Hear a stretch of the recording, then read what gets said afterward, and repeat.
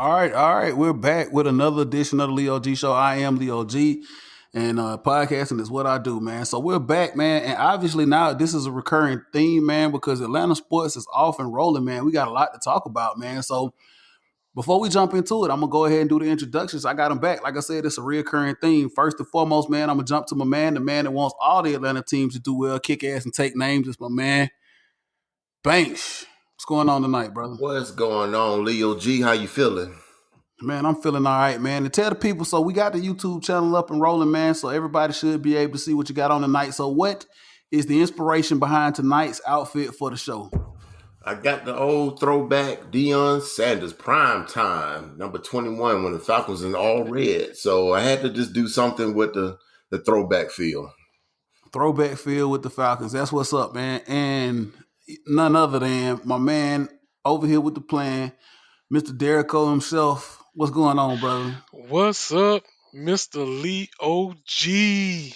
What's Man, I'm happening? back, man. Glad to be able to do this again, man. Glad that we're all safe. Glad that we were able to get together, man, and talk some Atlanta sports. So this is a reoccurring theme. Oh, I'm sorry, Derrico, if you want to give everybody inspiration on tonight's outfit. That's a 58 if it's backwards on your screen, but this is no other than Valdosta State College finest Jesse the Hammer the hammer. Tuggle. The hammer. Hammer I am. Jesse Tugger, Atlanta Falcons. Two Atlanta Falcons great tonight. I kind of took it back with my outfit, and I'm going to go into it here in detail in just a minute, guys. So we are back, man, to talk some Atlanta sports, man. Last podcast we had a conversation after we recorded about a lot of stuff that was going on. It got a little heated, so I want to bring a little bit of that into the podcast tonight because we feel like we need to devote a lot of time into it, and that's what we're going to do leading up into the NFL draft. Got some other stuff that we're going to talk about tonight. So tonight, fellas, I thought I would do something a little different, man. We're all about Atlanta sports, right? We're all about talking about Atlanta sports, past, present, future, whatever the case may be. So I wanted to bring a little bit of past history, Atlanta history tonight, right? So a part of what I have on tonight for the podcast is an old throwback homage to a team that was here in this city. Shout out to Banks. You called it the old Omni. The Atlanta Knights. The Atlanta Knights was the first, well, wasn't the first, it was actual second professional hockey team here in this city behind the Atlanta Flames, who took off like a thief in the night and went to Calgary. But I'm not even going to talk about that. I don't even think I was around for when they were actually here in the city, right? But the Atlanta Knights were here, IHL team, and they were actually, if a lot of people don't know this, the first professional team to win a championship here in this city, the Atlanta Knights. And it's a lot of other iconic things about that team, and I'm going to get into them in just a second. One of the cool things about some of the history here when it comes to professional sports in this city is that the Knights left a lasting impression. One of the things that we do here, of course, all professional sporting events, right? We do the national anthem. But one of the things here in Atlanta is synonymous with Atlanta sports is there is a part in the national anthem where they talk about gave proof through the night. I don't know if that's the correct actual lyric, but night is referenced in the national anthem.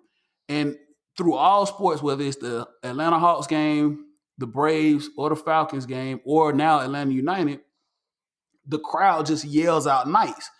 And that's a throwback to the Atlanta Knights. So if you're from Atlanta and want to know why everybody just bust out like they got Tourette's and yell nights during that part of the national anthem, it's because it's paying tribute to the Atlanta Knights. Also, two other tidbits just to give you guys, if you didn't know, the Atlanta Knights was the actual first professional hockey team to hire a black head coach in hockey. His name was John Parrish Jr. He was one of the first black head coaches in professional hockey. Also, another little tidbit here, the Atlanta Knights signed a female goalie, one of the first professional teams to sign a female goalie. And she actually played in a regular season game. So that's a little bit of Atlanta history when it comes to professional sports.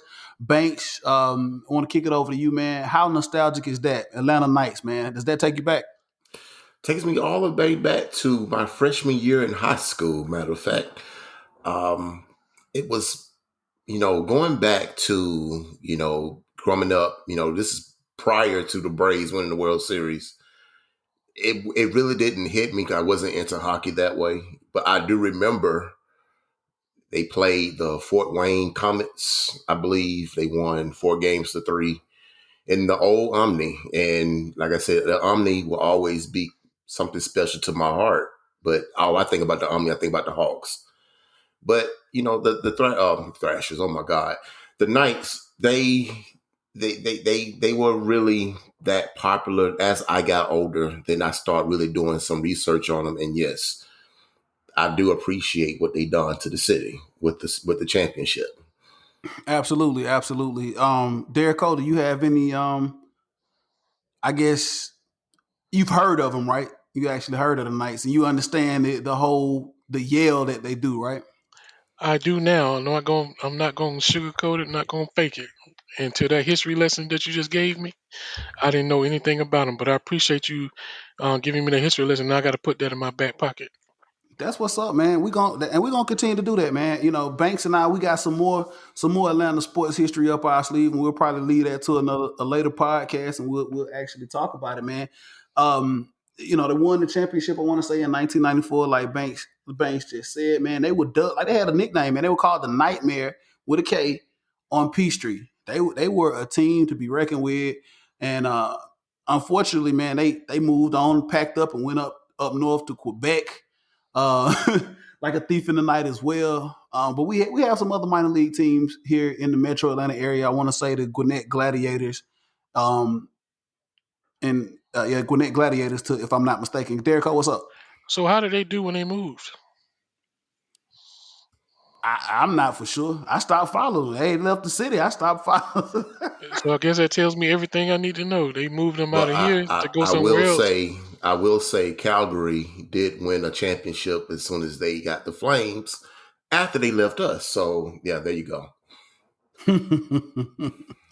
Oh man, shout out. We love it, man. Atlanta history, man. So we're gonna do that, man. So if you ever at a bar and they doing some Atlanta sports trivia, hey, maybe I might won you the game. I don't know. But that's just a little tidbit of Atlanta sports history. So tonight, fellas, man, we're gonna talk about a couple of things before we actually get into the outline of the show, because we had a couple of things we wanted to talk about, obviously, but then there was some stuff that came up that I wanted to kind of bring to you guys' attention so we could talk about it really quickly here. So first thing I wanted to talk about really quickly was something that came out last week that I saw that was actually pretty funny. There was an article. I can actually try to go back here now and try to reference where the article actually came from, but I guess they did a survey of the maybe okay SB Nation. That's where I got it from. Falcoholic SB Nation. There was a study done amongst NFL fan groups, and it found that Falcons fans are the drunkest and highest fans in all of the NFL on game day. And me personally, I can pretty much say that that's probably very, very accurate, very, very truthful. Me being a Falcons fan and knowing several other Falcons fans, you two in particular, I know how it is on game day. Derek Cole, I'm gonna kick it to you in particular, man. Game day for us Falcons fans, especially post 2016, I think it's pretty accurate. How about you?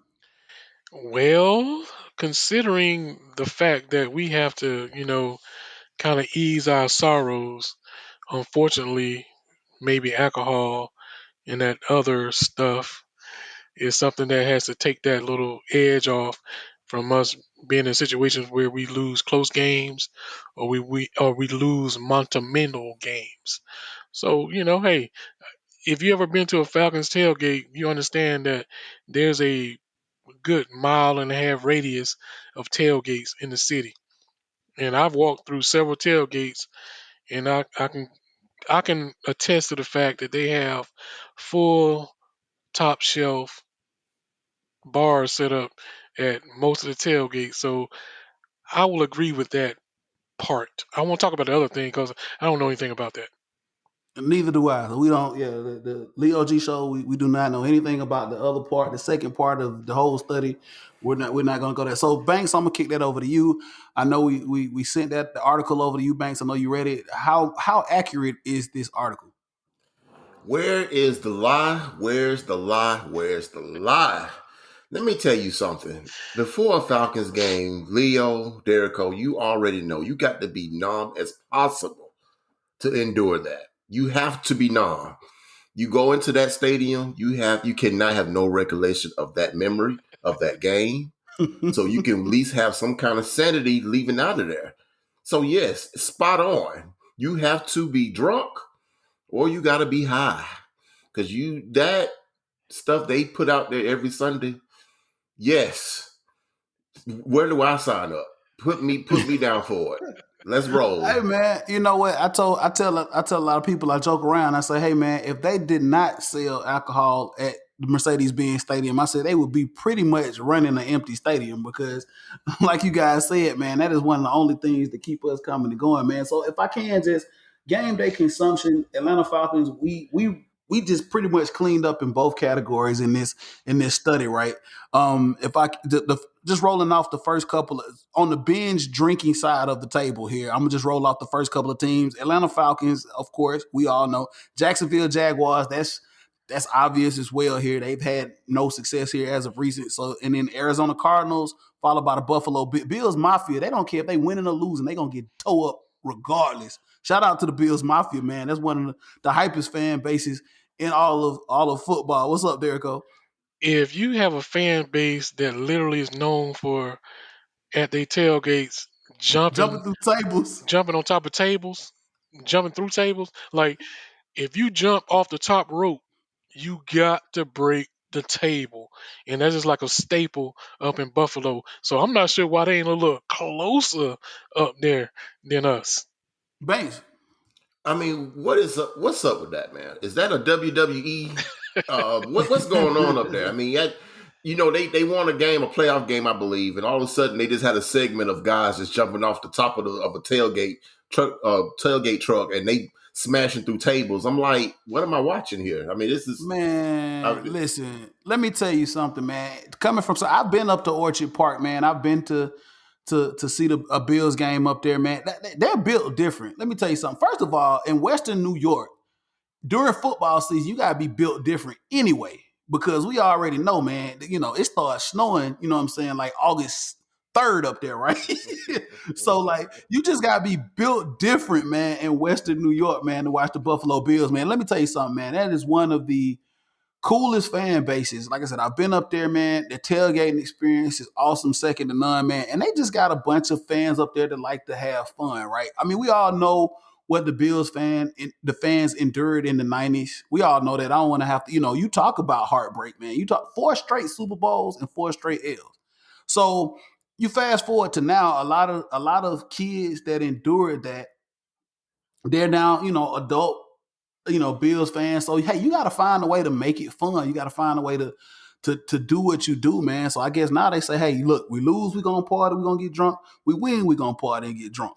So it is what it is, man. So shout out to the Bills Mafia. They're doing what they're doing. And so bringing up the bottom half of this list really quickly as we move on, New England Patriots are at the bottom with 42%. Man, bump the Patriots fans. Y'all ain't no fun. Dallas, I don't understand this. Dallas Cowboys fans are at the bottom of this, and the Detroit Lions fans are at the bottom of this. First of all, I know this. There has to be a discrepancy in that, because if you're a Detroit Lions fan, I know for a fact you got, man, Detroit really in Dallas. Well, Cowboys fans are delusional anyway, whether they drunk or under any influence or anything, man. The Cowboys fans are delusional anyway. But yeah, bringing up the bottom of the list, so New England, Dallas, and Detroit, and then Minnesota are the least to binge drink on game day consumption. Detroit, I'm calling BS on that one. I don't know how you guys feel about it, but I'm calling BS on Detroit. You got to call BS on Detroit. I'm like, come on. I don't know the last time Detroit won a playoff game. I think it's something like 17 years. I mean, someone help me out. I don't know. It's been a while. I don't I have the think they stats right in said front of me, but it it's was been a damn probably while. like since the 90s. I don't know. I don't know the number, but for any team to sit there year in, year out and not experience at least a wild card berth, I mean, it's almost like it's you walking in slow motion. I mean, You gotta I be drunk. You cannot gotta be drunk to deal with that. for what we went through. You know what I'm saying? And at least we made a playoff appearance. Since then, and I'm like, I can't imagine not going to the stadium, at least some kind of buzz. because it's maddening. It's maddening. Hopefully that will change. Hopefully. Yeah, man. Hopefully we'll get it together, man. So I just wanted to touch on that. I guess we're all in agreement that's what's up. So moving right along here, as the podcast go, we want to touch on something here. Atlanta United. Last podcast we talked about Atlanta United playing in the CONCACAF Champions League. Right? They're in the CONCACAF Champions League. They're playing Atlanta. I think I got that right. I'm proud of myself. Banks, proud of myself. Pat on the back. Atlanta out of Costa Rica. Play Atlanta United. We took a 1-0 lead in the first leg of aggregate scoring down in Costa Rica. We come up to Kennesaw and we actually win 1-0 at Kennesaw. I want to say Barco to the assist. If I'm not mistaken, was it Jurgen Damm that actually scored that goal? I have to It go was back down. and Yeah. look at it. It was Jurgen You're Damm right. And that dragging scored the down. goal that put us into the next round. If I'm not mistaken, I want to say it's the quarterfinals against Philly. Don't hold me to that. But yeah, Yes, we are it's Did Philly. playing Philly win that game? Yeah. Philly. Yes. So So they played another team out of Costa Rica, if I'm not mistaken. I don't actually know the name. I know all the soccer people are like, "Damn you, man! You supposed to know this." But but yeah, so we move into the next round playing the Philadelphia Union, which is kind of bittersweet for me, guys. And we'll talk about this here for just a moment because we want the MLS to win this whole thing. Now you got two MLS teams because of the way this thing drew out are in basically a knockout round against each other. Derek, I'm gonna kick it to you first. We've talked about this CONCACAF thing and how important this is. How do you feel about Atlanta United moving forward? hey, I just think they gotta be a little more aggressive than that second game. I don't know what it was, but the first game was like fire. So if they come back with that same mentality on the first game, moving on into the second round or the next round, I'll say, then I think we'll be okay. I think one, these guys got the confidence up, and the fact that Barco was like really playing out of his mind on that last game. So if he can continue to do that and get other folks involved, like when Dam came in and scored that winning goal, I think we'll be okay. We may have the big wall back, which is good. I think that'll bring a little more, you know, comfort level to the guys having the big wall back. But at the same time, I just think knowing that they are playing differently than they did last year, I think that'll be a big boost for us. Absolutely. But just to piggyback on what you just said, Derek, having Brad Guzan back is really, really big. Having our starting goalkeeper back there is big. But the kid, man, Rios Novos, man, he did his thing once again. I don't really think he was actually pressured. It was a weird game. It was a weird situation because I know starting out with that game, I didn't see a sense of urgency with Alaluensa, right? I didn't see them come out the gate and was like, yo, we need to score. We need to put points on the board. It's almost like they wanted to try to fill out Atlanta United. But I didn't get that, man. I never got nervous, Derrico. I think you know what. Unfortunately, I think that had to do with some of the starters that they had It that couldn't get in was the country because of the visa the issue. visa issue. Mhm. So maybe that was it. When you got like at least three of your top players that's not playing, that can do a lot for you, especially if it has something to do with a simple fact that another country that you're playing won't let you in. So they probably thought, hey, it was a big setup, but hey, we got the dub. Well, exactly. We moving forward. With COVID and all these other things going on, man, it's just a lot of things. It is what it is. But hey, like you said, we moving forward, Derrico, right? Banks, you wanna piggyback on that? Just to just co-sign what you guys said, man. They played kind of lackadaisical against Alawense on the second round, second games, second match. I cannot get my words out. It was really, a different style of play compared to last season, and I really appreciate that because I'm not trying to say this is more of a Tata scheme, but this new scheme it ain't no Frank DeBoer, that's for sure. So I see a real different upbeat kind of feel that I can kind of like get excited for going forward.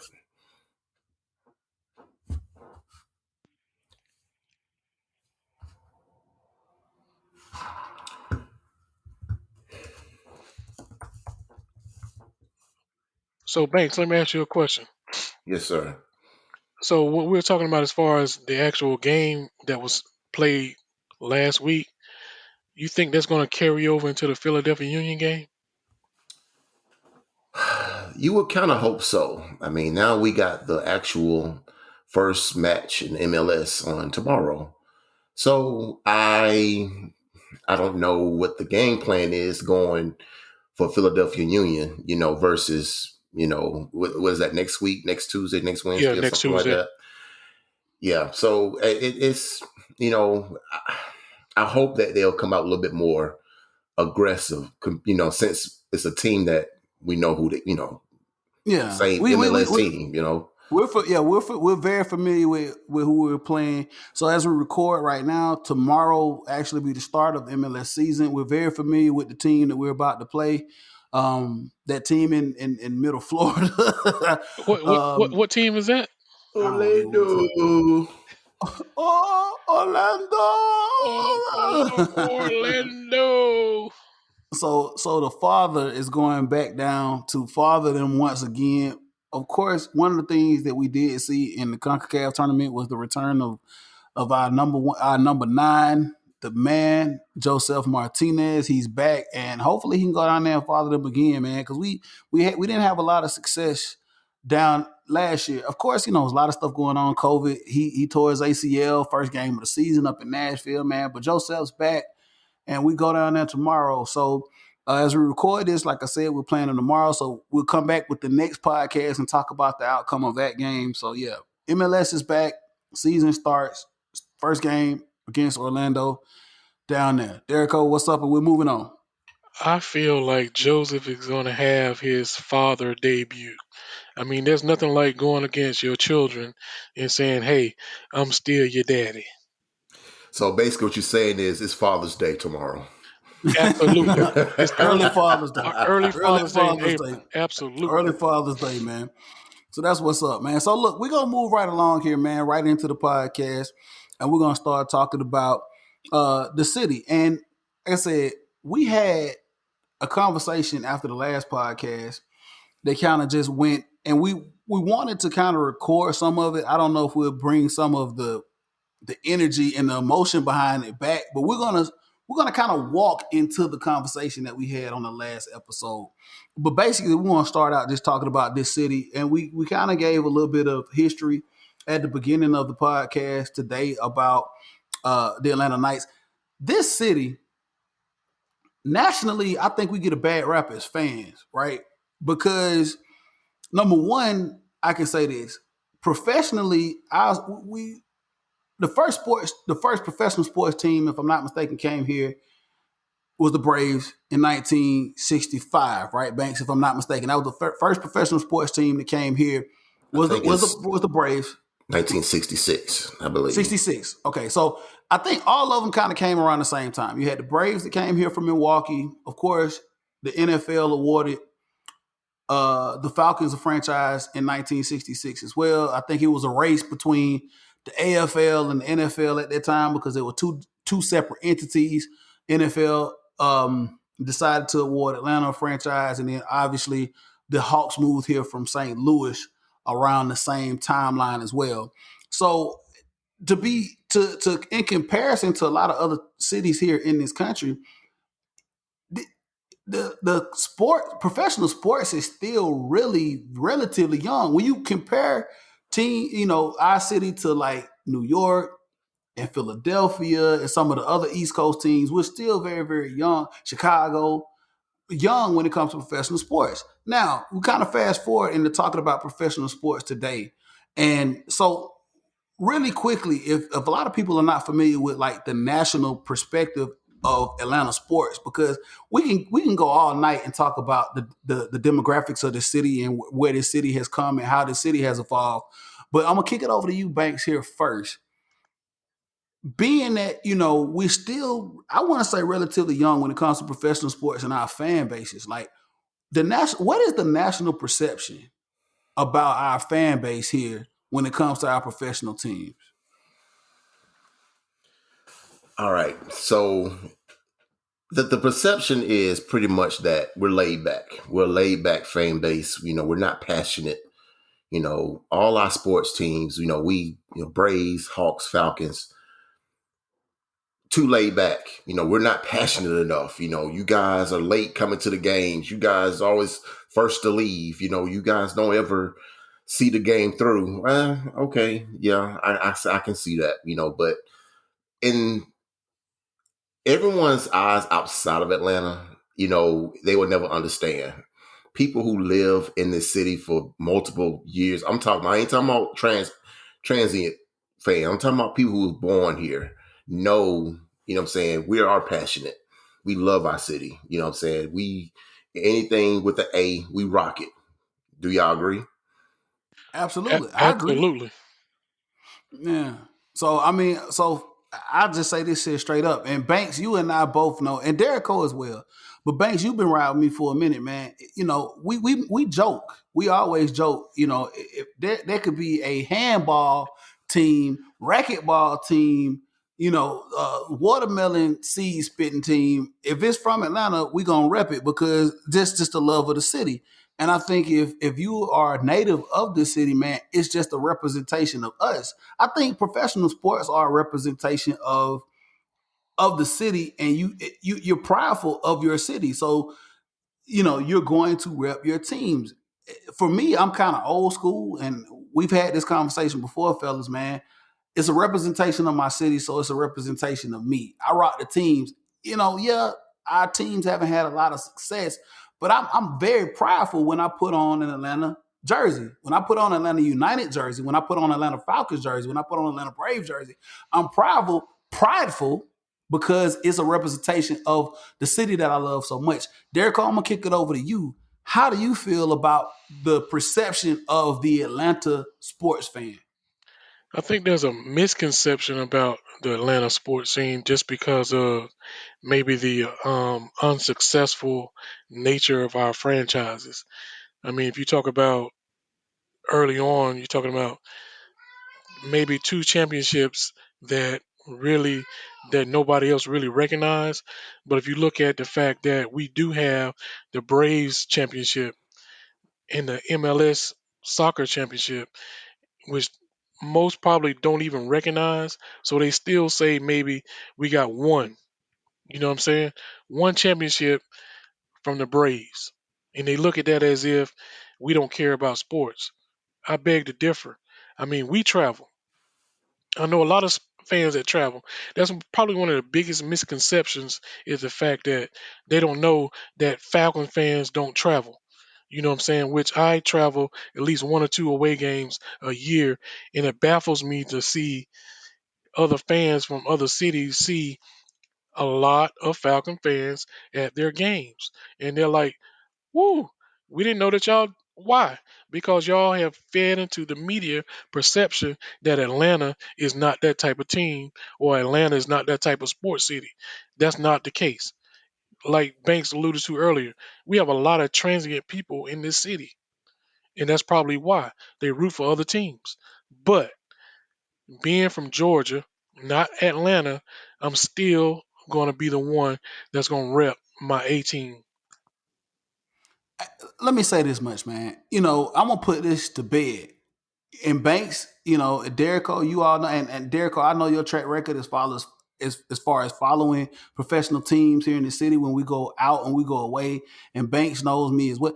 Look, let me tell you something. I can say this much to our audience here.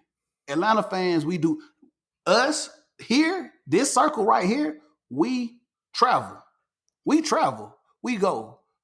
I've traveled with Banks away to away games. I know for a fact that Derek Cole has gone to away games. I've gone internationally to follow my team. So the perception nationally that we don't care about our professional teams here is a bunch of hot garbage. We are passionate. We are a fan base that cares about these teams, man. So nationally, I don't understand, and I do think that there's a bias because maybe you know we talk about this all the time. From a New York and a LA perspective, those cities get a lot of attention when it comes to talking about professional sports. And then when it comes to us, it's always highlighted in a negative way. But I'm gonna just say from a fan's perspective, because that's what I could talk about. We are very supportive and very passionate about our fans. I traveled several years ago over to London to watch the Atlanta Falcons take on the Detroit Lions. And when I tell you we were very well represented in London, we were very well represented. As a matter of fact, we were so well represented when I got over to London Saturday before the game. As I tour London, as I do the tourist things, I'm going around London. We're going to Trafalgar Square. Where they had a pep rally. We go over to Buckingham Palace. Like I hear people yelling my name over in London. People from Atlanta that travel all the way over to see the Falcons play. So I don't ever want anybody to think that we're not a passionate fan base, that we're not a fan base that goes out of the way, above and beyond to support our teams here in the city. We're very prideful. No, we might not be a Philadelphia that'll stab you at a football game, or we might not be a Oakland, but we are a prideful bunch of people, and we follow our teams and we support our teams, and we have a love for our teams here in this city, Derrico. I'm just gonna say what it is. Since we're gonna roll into it later, and I'm just gonna say what it is. Because our city don't look like most other cities. So they have an affinity with the fact that our team, our city, looks so much different than other cities' teams. I mean, we are very, very heavily black populated city, so they just automatically assume that we do not support our teams. And I just want whoever's listening to this podcast, don't do it. Ooh, Banks, I know you itching, and so there's a lot of truth to this, and this is a blessing and a curse. Uh, yes, the demographics of Atlanta are totally different from a lot of other cities here in this country. So, of course, the fan bases here in this city are very different from other cities in this country. I'm gonna kick it over to you, Banks. How do you feel about what Derek O just stepped into? Because this is a lot of what we're about to get into. This has a lot to do with it. He didn't say anything wrong, Leo. I mean, we're a black city. We have black fans. You look at the Falcons games, I want to say, and I'm just being off the top of my dome, 85% black in that stadium. That's about a good number, 85%. Yes, sir. And I say that's accurate. Yeah. It was even more. It was probably more than that when we had Michael Vick here. It was probably 90% black. You had the music, you had the women walking through there, it was a club atmosphere. And I think a lot of people who came from other cities to see that, they kind of frowned on it because it wasn't a football feel. I don't It want to was say so, but not to cut you off. Not to cut you off. Not to cut you off. I'm gonna let you get it back. I don't want to say they frowned on it. I don't think they understood it. I don't think they understood it. They but it's a absolutely culture did. thing in the city, Leo. No one understands this culture. This culture runs deep. And if you're from Atlanta, you know what I'm talking about. When you go to a tailgate and it's I mean, just cars as far as the eye can see, and you hear, a lot of Dungeon Family. You hear a lot of just let me just be real. You hear trap music. You hear everything. You don't hear what you typically hear in any other city at a tailgate. Okay, you walk by, you see a stage behind a truck with a pole on it. I mean, but that's our Yeah. culture, though. You understand what I'm saying? So now it transitioned when we got a new quarterback. So we all know what that was about. Now, Leo, do you feel that going forward, with the regime we have currently, do you see any a direction where this fan base can go, either far left or far right? So really quickly, I'm gonna answer your question, and I'm gonna give it over to Derrico here, man. So look here, we are who we are. That's been established. It is what it is. There are a lot of other topics that we can go into and talk about the changes in the demographics of the city, but that's for a later date. We are who we are. Right. I think we need to embrace that, right? We just talked about another fan base early with Bills Mafia, right? They have embraced their identity of being Bills Mafia. I think we need to embrace. whether you white, black, brown, purple, whatever, we need to embrace the culture of this city, number one, and embrace who we are as a fan base. I think that's one of the things that we've had here in this city, like an identity crisis of embracing who we are. Like everything you just said, Banks, as far as the Dungeon family, as far as music, as far as culture, and what we've done in this country, as far as this city, because we've not to go too far off into this, man, we've led a lot of different movements, whether you want to talk about hip hop music or you want to talk about just culture in general, we've done that. So we need to embrace it. We need to embrace it and be who we are and feel comfortable in our own skin. So that's how I feel about that, man. And we're just gonna continue to move, and we'll segue right into some of the other things we want to talk about. Derek, I'm gonna kick it over to you. It's like a phrase right now that people probably don't like, you know, and I know we don't care because we understand it. Atlanta influences everything right now. Everything that's moving culturally as far as hip hop. We got the busiest airport in the world. I mean, you can talk about our sports teams, but you can't take that away from us. That we have those two things that I'm just gonna name those two things. I'm not even gonna talk about the businesses that want to come to Atlanta because Atlanta again Everybody wants to be here. exactly Everybody wants to be here. I'm gonna say it again. Everybody wants to be here, exactly whether they want to live here or whether they just want to come here and kick it. exactly COVID showed us something that was really real. We already knew it because we live here, right? When this state was kind of still in an open status because of the pandemic, where did everybody come? Here, because they wanted to be here. They knew it was live. You know, prior to COVID, we was still live. This is where you wanted to be. This is where you wanted to kick it. So like it is what it is. And like I said, the identity of us as fans with the culture that is here, Banks, we need to start to embrace that. One team that has kind of embraced it, we'll talk about that a little later, is Atlanta United. Falcons, it's a little touchier than that, and we're gonna kind of get into some of that here in just a moment as I move on here. So really quickly here, I'm gonna get to both of you all before we move on to the next segment of the show.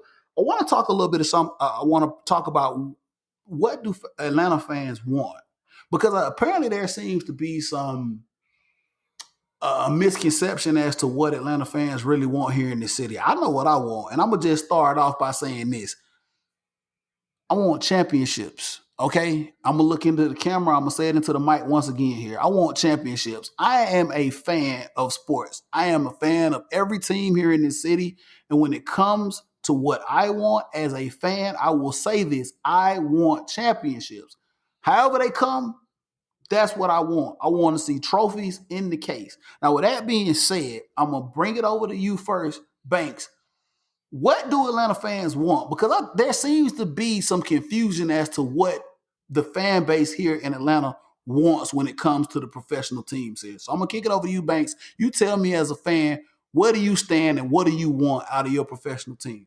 I want the same thing, Leo. I want parades down Peach Street. I want multiple parades down Peach Street. I'm not talking about just one every 10, 12 years. I want to have a parade where you have almost half the city from Buckhead all the way to MLK.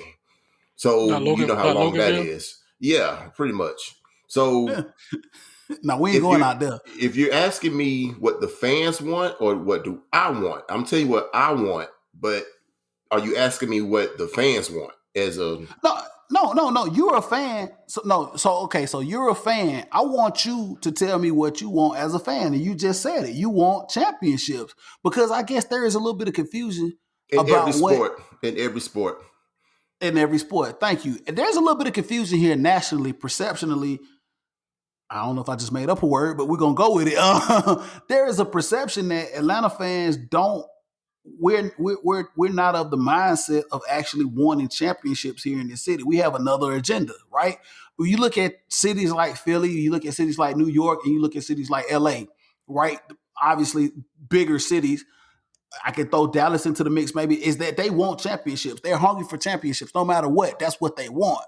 I think that there's a little caveat here in this city as to where, like, oh yeah, we got professional sports teams, but there's another agenda. And we're gonna talk about it in just a minute. Like, okay, yeah, we want championships, but at the same time, we need to have a certain status because of the makeup of the city. Derek, I know you want to talk about it for a little bit. What do you want as an Atlanta fan? I'm piggybacking on both of you guys. I mean, there's nothing sweeter than I want is to be able to skip work and go down Peachtree and watch the confetti fall. I don't care if it's the Hawks. I don't care if it's the Braves. I don't care if it's the Falcons. I don't care if it's the Atlanta Dream. I don't care if it's Atlanta United. Hell, I don't care if it's the lacrosse team that already won the championship. Shout out I Georgia just Swarm. Shout out Georgia Swarm, want baby. to be able to go down Peachtree and feel the same thing like those cities that you called off, Leo. And even though I don't like this city per se, I've never been there, but you can't forget Boston. Title time. Oh God. Oof. Oof. Damn, yeah, I ain't want to bring them up. Yeah, but Boston, man, yeah, we want it. We want it here, man. So just we're passionate about this here, man. And it seems like national. And I'm gonna say this. I'm gonna say this is I don't care really about the national perception, but at least I got to get it off my chest because I guess it's a little therapeutic to just say it out loud. It's like, yo, we want championships. We are Atlanta fans. We want championships. But at the same time, I really don't care about the national perception, right? Because they're gonna be biased either way, right? They're gonna feed into they trying to get a story. So they're gonna feed into whatever they can get a story off of. And they was like, oh, Atlanta fans, wish you watch. They ain't got no real fans down there, whatever the case may be. They trying to get a story on ESPN or Bleacher Report or whatever the case may be. And they're gonna always try to be that way. But as a real Atlanta fan, and I'm glad you guys echoed my sentiments, man, we want championships. That's the first priority here in this city. So we want to move into something else. We want to talk about something. This is all going to culminate and it's going to segue into the biggest thing we want to talk about tonight. So really quickly, uh, Michael Vick, right? We want to talk about Michael Vick for just a second and what he means to this city and how this has impacted going and moving forward. Pre-Michael Vick and post-Michael Vick, right? Pre-Michael Vick, and I'm going to kick it over to you, Banks, for just a moment, and I want you to kind of talk about this for just a second, man. Before Michael Vick got to the city, what was the sports scene like here, especially just specifically with the Atlanta Falcons fan base, man? Pre-Michael Vick, I know you remember here, 98 we had success, went to a Super Bowl. Derek Carr, I know you went down to Miami that year. We had a ball. First time ever, biggest marquee franchise in this city actually going into a championship. But Banks, pre-Michael Vick, what was the perception of the Atlanta Falcons fans or Atlanta fans? I guess I should just say Atlanta fans pre-Michael Vick. What was the perception? Boring. And I will elaborate in more detail about that. They were not fun to watch. Okay. It was a team where you had to listen to, I believe the station was 6:40 a.m. on the radio 680, because 680, 680. Okay. 680. Well, you couldn't watch it on TV because it wasn't sold out. And I mean, Ooh, they blacked blacked it out. out every freaking week. So only time for me being younger, I couldn't afford a ticket. I didn't have a job. I had to listen to the Falcons on the radio. Or if I was lucky to go to the game, I went to the game. So going to the game at the Georgia Dome or the Atlanta Fulton County Stadium, you could pick your seat. You could go to the lower bowl and you could sit anywhere you please as long as you wait till around mid first quarter and no one claimed the seat is yours. So it was very, very a dead concert in so many words. It was nothing to be excited about. It was just a football game on Sunday. So All right, people went to okay. the game to drink beer. Copy that.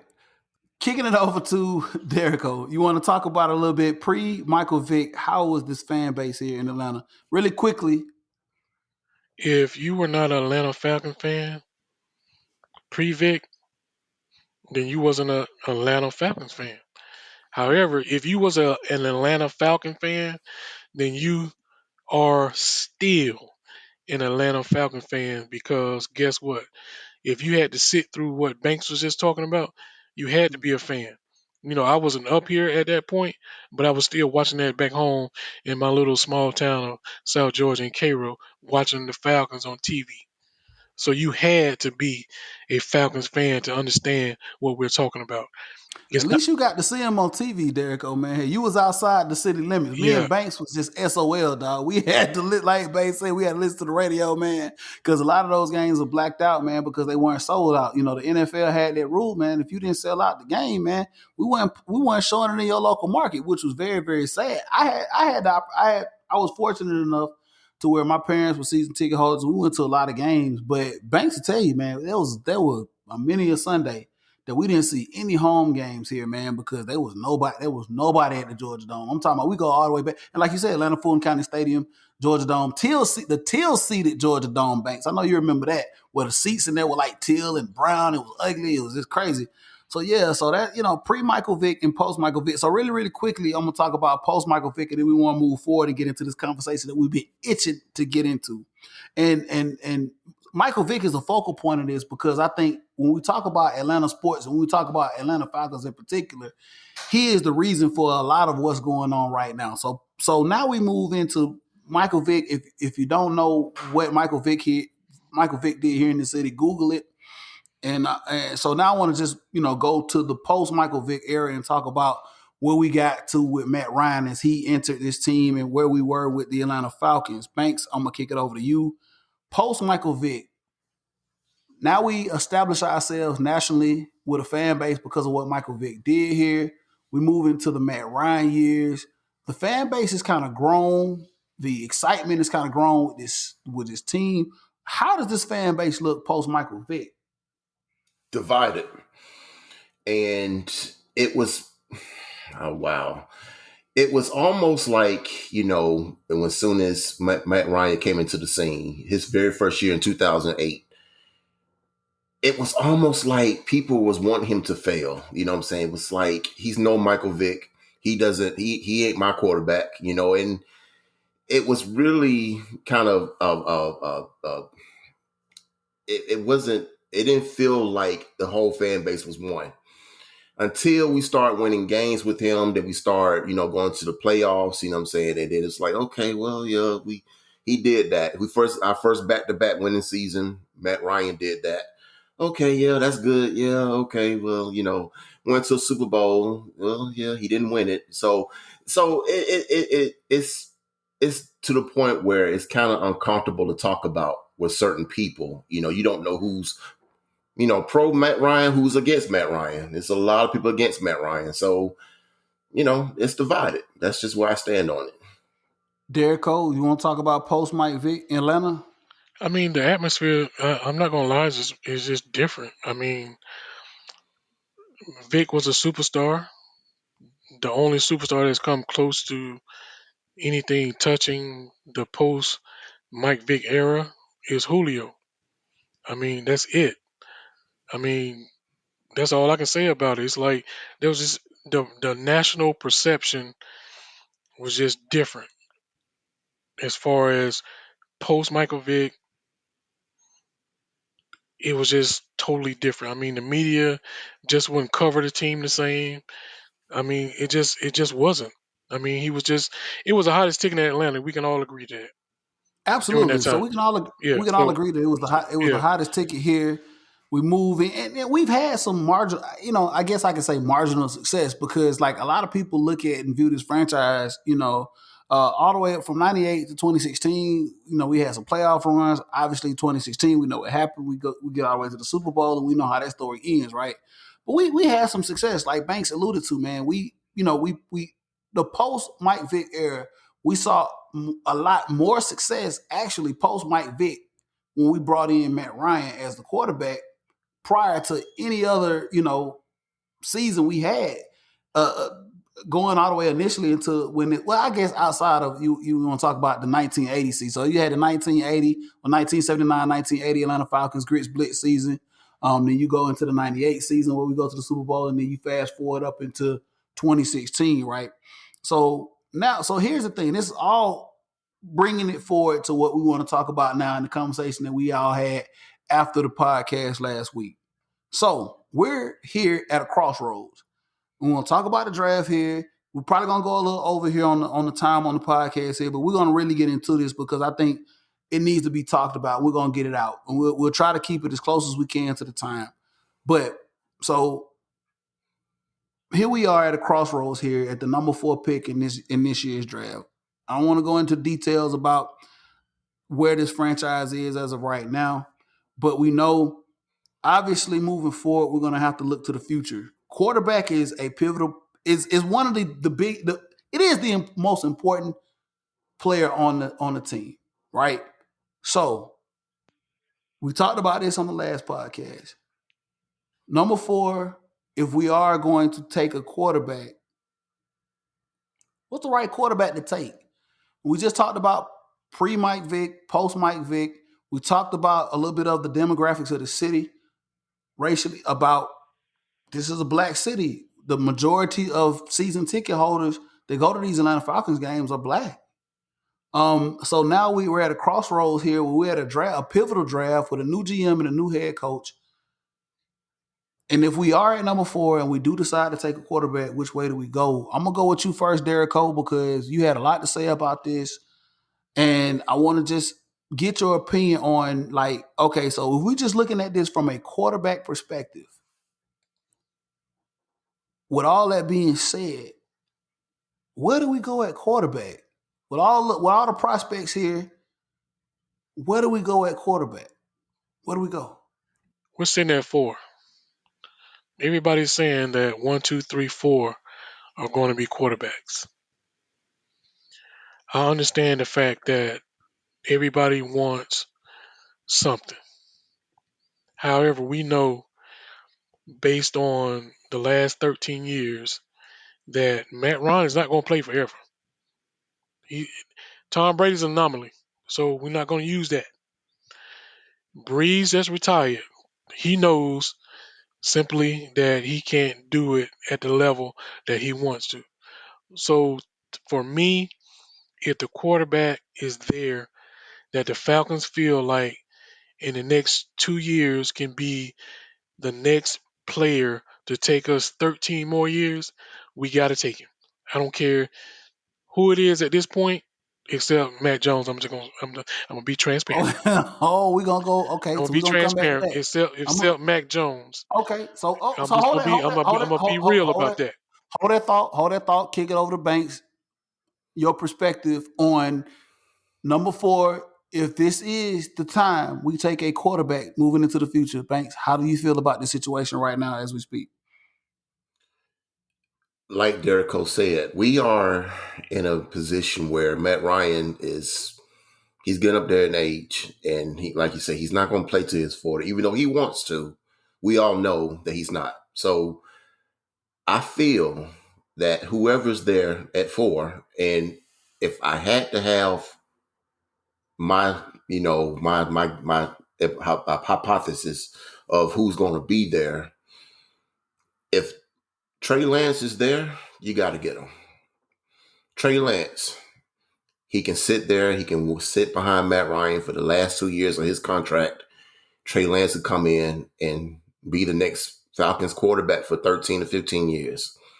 All right, I'm glad you said that. I'm glad you said that, Banks. So we're gonna. So I'm gonna bring it back to you, Derek Cole, on this, and I bring my 2 cents in just a moment. So I guess the consensus is a lot, not all, but a lot of Falcons fans feel that we need to prepare for the future, and this draft is very pivotal because we have quarterbacks that we haven't seen. We have possibly, you know, generational talent. That's the word I guess I should use. Generational talent here in this draft that we might not see for a while, and the Falcons need to pull the trigger and move it forward, right?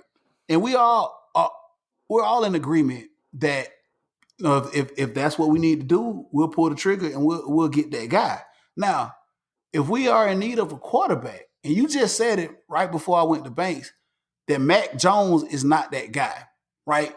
Now, I want to ask you, if we're moving on from Matt Ryan and we need another quarterback, for some reason, Mac Jones is just not in your is not in your crosshairs as somebody that we need to get. I want your opinion as to why.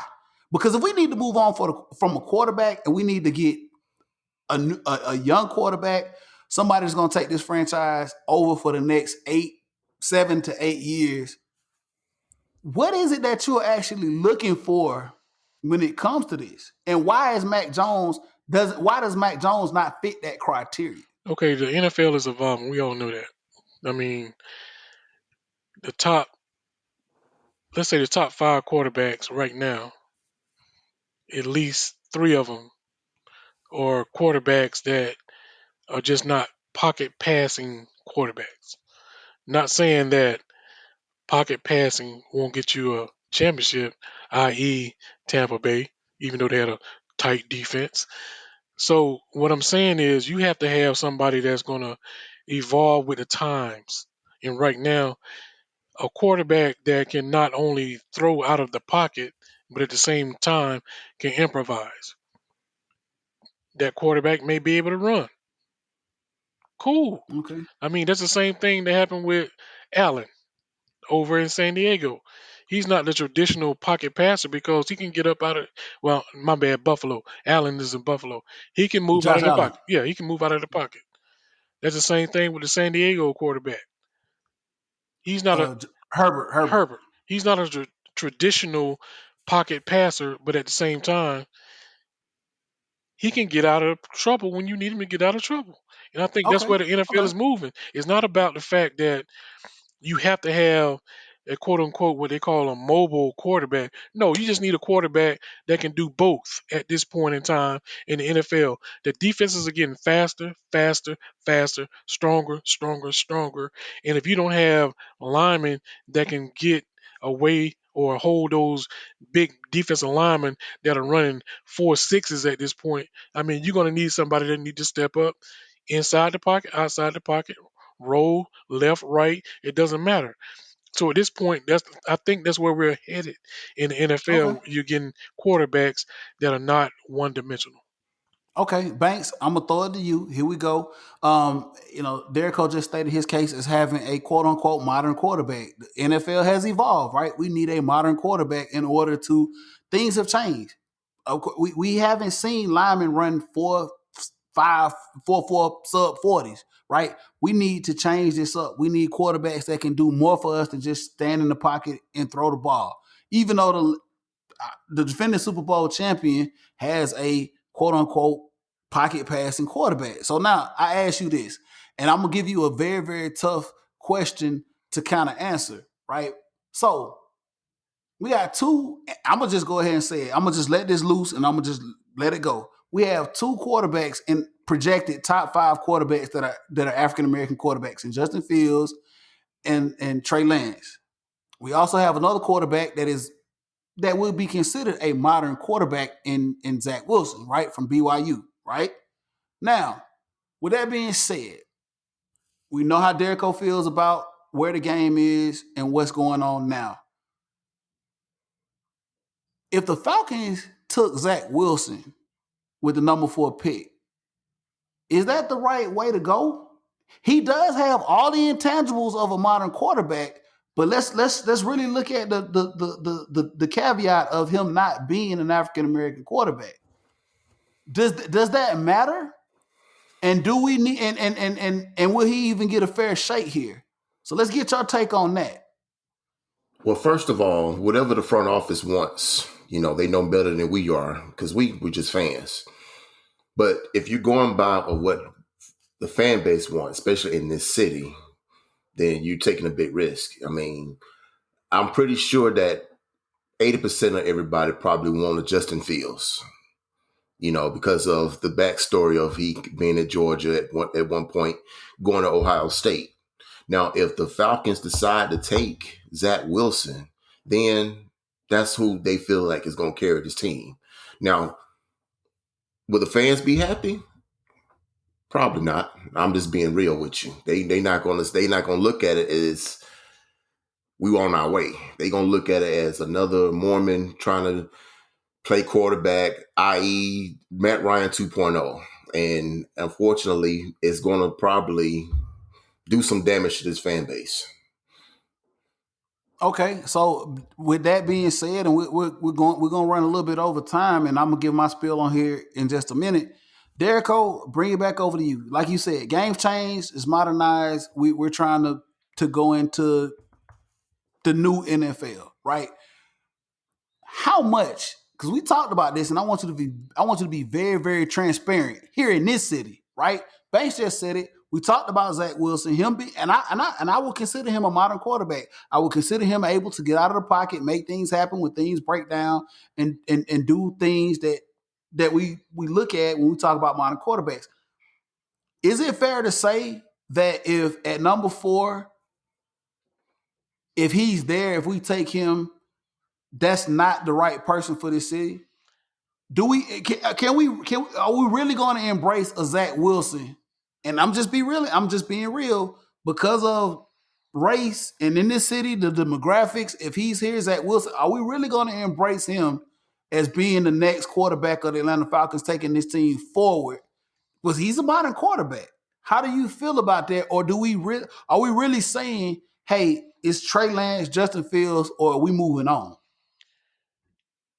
I'll say this: if you're saying that Zach Wilson is there, Justin Fields is there, and Trey Lance is there, based on the product on the field, Justin Fields has the most credibility as far as being a quarterback than either of the three. So, with that being said, there will be a problem with the fan base if they took Zach Wilson over Justin Fields just for the Okay, simple okay, fact. okay, Hold on, okay, hold on. okay, okay. Just for the simple fact, Go. we're talking about a body of work as far as Justin Fields being probably one of the top rated quarterbacks coming out during his time. Okay, I'm gonna say this here, I'm gonna go to Banks because he's itching, and we really up against it. So now, scenario A, may I present to you, Derico? Trevor Lawrence goes to Jacksonville.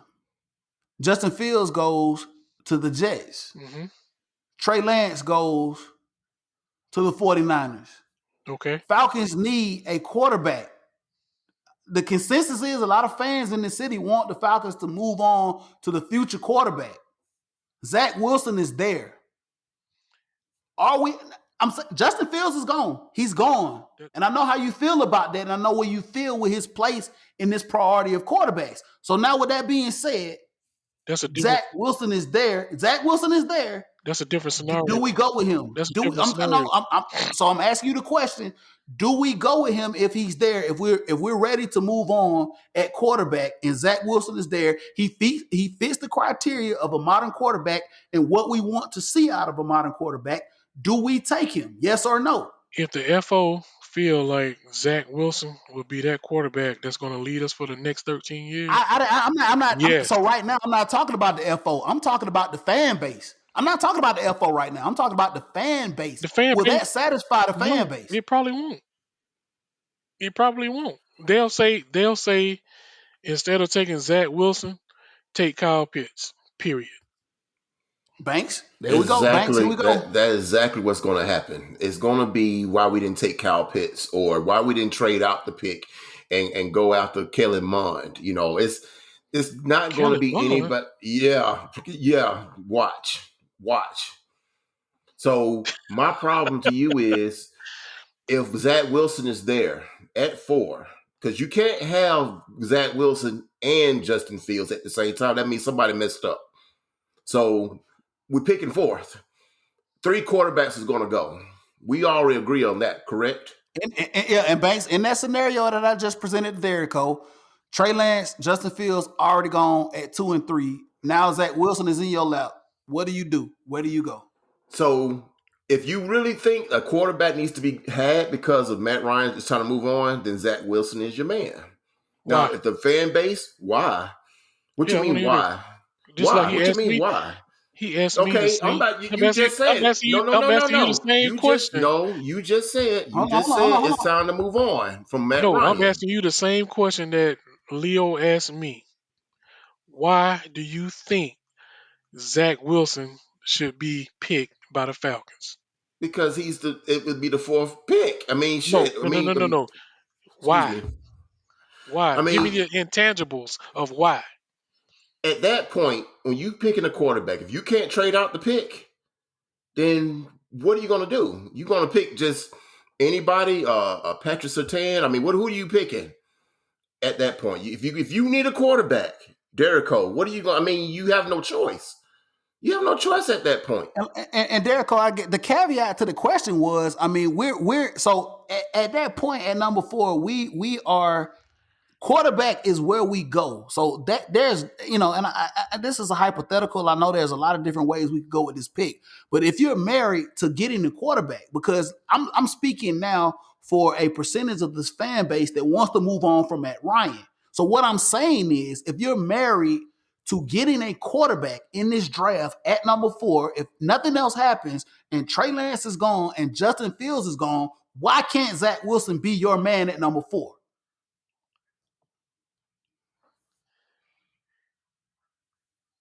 I just told you why.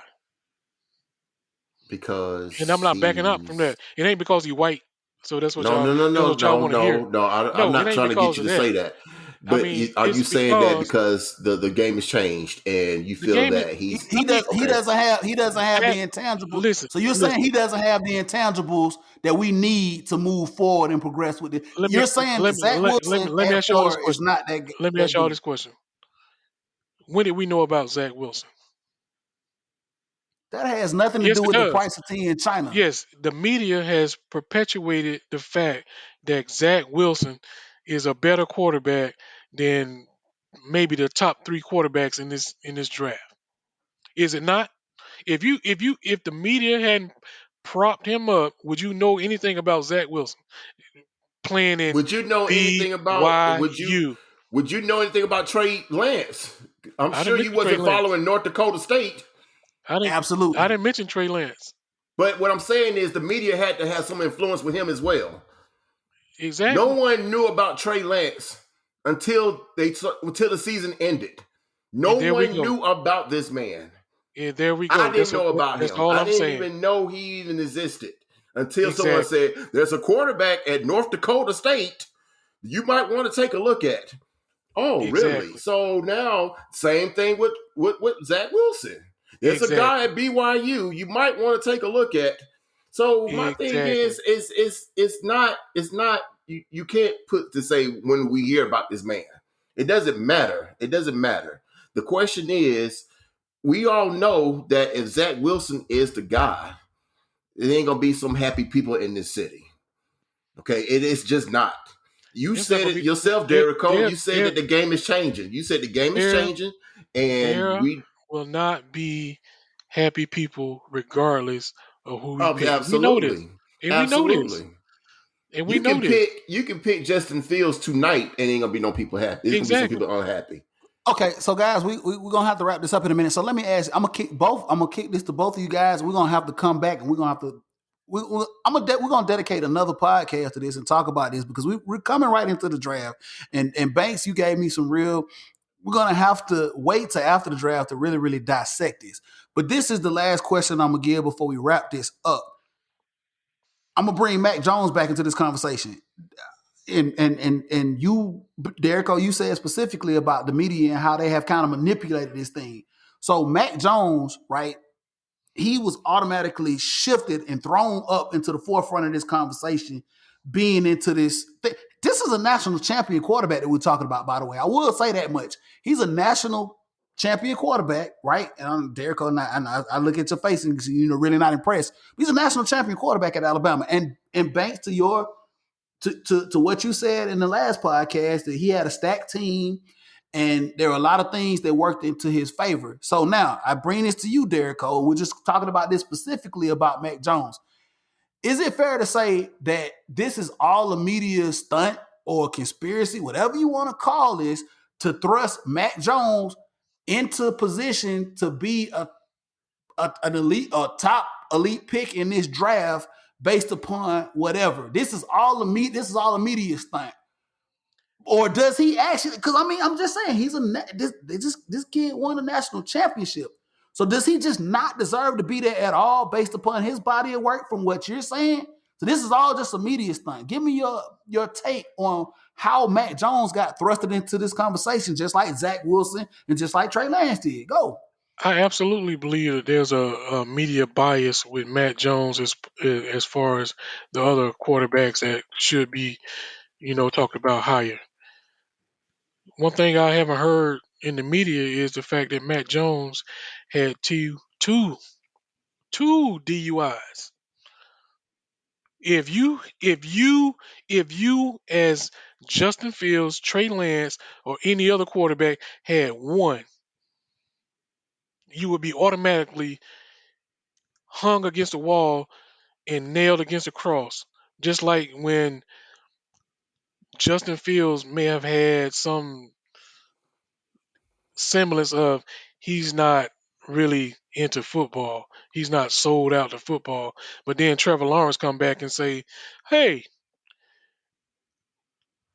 I really don't work harder than other folks because I don't have a chip on my shoulder. I don't think just because if I don't get a Super Bowl, that's not going to be what I'm here for." I mean, if they'd have said the same things about other quarterbacks, it'd have been a whole different situation. So yes, yes, yes, yes, yes. They think Matt Banks. Jones is a clear cut guy when he ain't. Okay. Banks, I'm gonna kick it over to you. Your feelings and thoughts about this whole Mac Jones situation before we close this out. Just like I said last week, Leo, you can go and put on an Alabama Crimson Tide jersey and helmet and pads and go out there under center and be the best quarterback for that team. Okay. Matt Jones is not going first round. That only came up when San Francisco jumped up and got in front of the Falcons, and he had to put some kind of smoke screen out there to say, "Oh, we're getting Mac Jones." No, you're not. Okay, we know what you jumped up there for. So Matt Jones is going to go second, like he always been projected to go second. So no, he's not. I don't even know why we're even talking about this guy. This guy has just been he might be a good quarterback. I'm not gonna sit there and say he's not, but like Derico said, I mean, he's got a lot of baggage with him. I mean, he played on a stacked team with the best running back, probably the best receivers, in a top-notch defense. Okay, so yeah, I'm pretty much sure that was just him just kicking back, having a suntan, and drinking on a fruit punch. You So know, look, man. So look. I mean, it is what it is at this point. Moving into this draft, you know, say what you may. He's in this conversation, and we're gonna see here. At 29th is coming right around. Shout out to Banks. Banks' birthday. We're gonna see what it's talking about here in just a few 2 weeks, exactly 2 weeks coming up here to see where this will all take. So we'll come back and visit this again, guys, and have this conversation. But we're definitely gonna have to wrap this up. I got some thoughts and feelings, but I'm gonna kind of hold them because, like Banks, you said, it's gonna be a really deep dive and dissect after this draft to kind of to go back and understand what's gonna happen on April 29th, right? So we're gonna close this thing out, man. Kick it over to you, Banks, man. If the people want to get at you, man, and talk some Atlanta sports and get with you, man, tell them how they can do it. you can find me on Baby Banks 80 on the gram and on Twitter, and Antoine Jarrell Banks on Facebook. And I'm just slow motioning right now while I turn 21 years old. Holla at me.